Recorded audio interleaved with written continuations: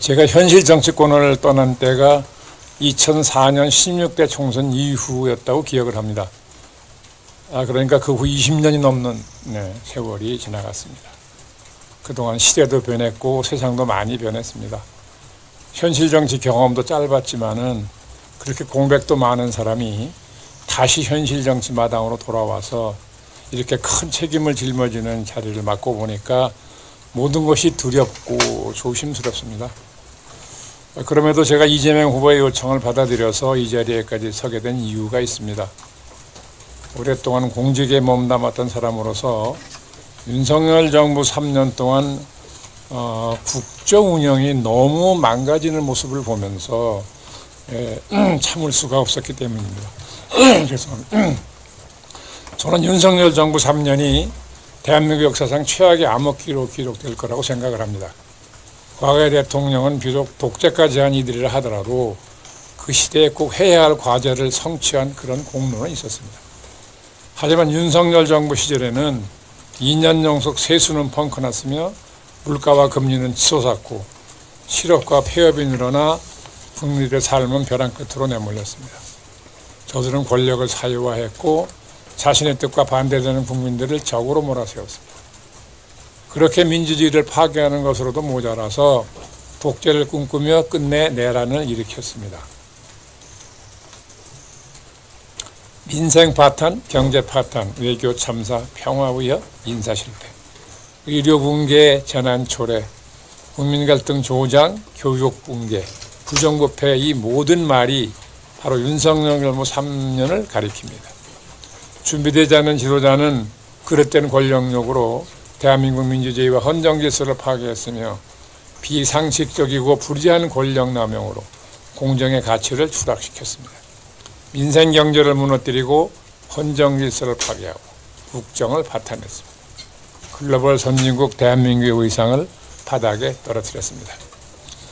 저희 선대위는 무너진 대한민국을 다시 일으켜야 한다는 막중한 책임감을 느끼고 있습니다. 이번 대선을 통해 윤석열 정부 3년 만에 최악의 위기를 맞은 대한민국을 복원시키는 그런 전환점을 만들어내야 한다는 절실한 책임감을 느끼고 있습니다. 이번 조기 대선의 성격과 과제에 대해 제 생각을 간단히 말씀드리겠습니다. 이번 대선은 당면한 국내외적 어려움을 극복하기 위한 변혁의 변곡점을 만들어내는 선거입니다. 보통의 생각과 자세로는 지금 대한민국이 당면한 고령화, 저출산, 양극화, 성장 잠재력 저하 같은 등의 숱한 난제들을 돌파하거나 극복할 수 없을 것입니다. 지난 3년에 걸친 윤석열 정권의 국정 실패와 부조리하고 비정상적인 각종 행태에 대한 철저한 심판과 쇄신의 각오 속에서 미래를 다짐하는 선거가 되어야 한다고 생각합니다. 그런 측면에서 이번 대선은 윤석열과 그 추종 세력을 엄중하게 심판하는 선거입니다. 흔히들 총선은 정권을 심판하는 회고적 투표가 이루어지고 대선은 미래를 생각하는 전망적 투표가 이루어진다고 하지만 조기 대선의 경우는 성격이 좀 다릅니다. 조기 대선이 왜 발생했는지에 대한 진지한 성찰과 반성, 그리고 원인 제공자들에 대한 심판이 이루어지고 이들의 잘못을 극복하겠다는 의지를 굳건하게 세워야 미래로 갈 수 있기 때문입니다. 구체적으로 말씀을 드리면 12.3 불법계엄으로 헌정질서를 무너뜨리고 영구집권을 획책한 세력, 12.3 불법계엄을 옹호하며 탄핵을 반대한 세력, 무속과 망상에 빠져 권력을 사유화하고 국정을 농단한 세력, 그 불법부당한 권력에 줄서면서 사익을 추구한 세력들에 대해 민주주의의 이름으로 심판하는 선거입니다.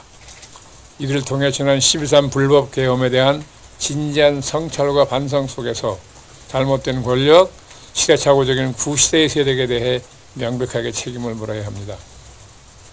6월 3일 대선은 단순한 정당 간, 세력 간 대결의장이 아닙니다. 광장의 목소리를 대변하는 국민 후보와 거대한 기득권 세력 간의 대결입니다. 헌정수호 세력과 내란 수호 세력 간의 대결입니다.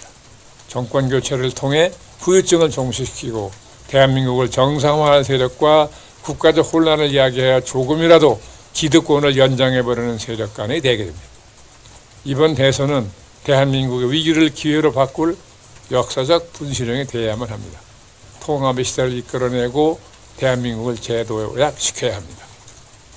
다행히 이재명 후보는 시대가 요구하는 자질과 능력을 갖춘 인물입니다. 지금의 위기를 극복하고 무너진 대한민국을 회복시키고 진짜 대한민국을 만들어냈는데 적임인 그런 인물입니다.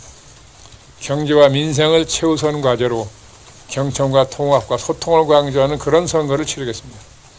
중도 실용의 노선으로 국민을 통합시키겠습니다. 지금 필요한 것은 자리 싸움도 아니고 철진한 이념 논쟁도 아닙니다. 뜬구름 잡는 정쟁이나 공허한 갈등이 아닌 국민 삶의 현장에서 국민들이 목소리를 경청하고 국민이 원하는 방향으로 대한민국의 방향키를 조정해야 합니다. 민주당은 국민과 함께 미래로 나아갈 겁니다. 민생 경제를 회복시키고 새로운 미래 먹거리를 만들고 중산층과 소상공인을 살리고 기업이 신명나게 일할 수 있는 나라를 만들겠습니다. 대한민국이 다시 한번 도약의 시대로 진입할 수 있도록 열심히 뛰겠습니다. 마지막으로 지금은 모든 국가기관의 정치적 중립이 매우 중요한 때임을 말씀드립니다. 오얏나무 밑에서 갓끈을 고쳐 쓰지 말라고 했습니다.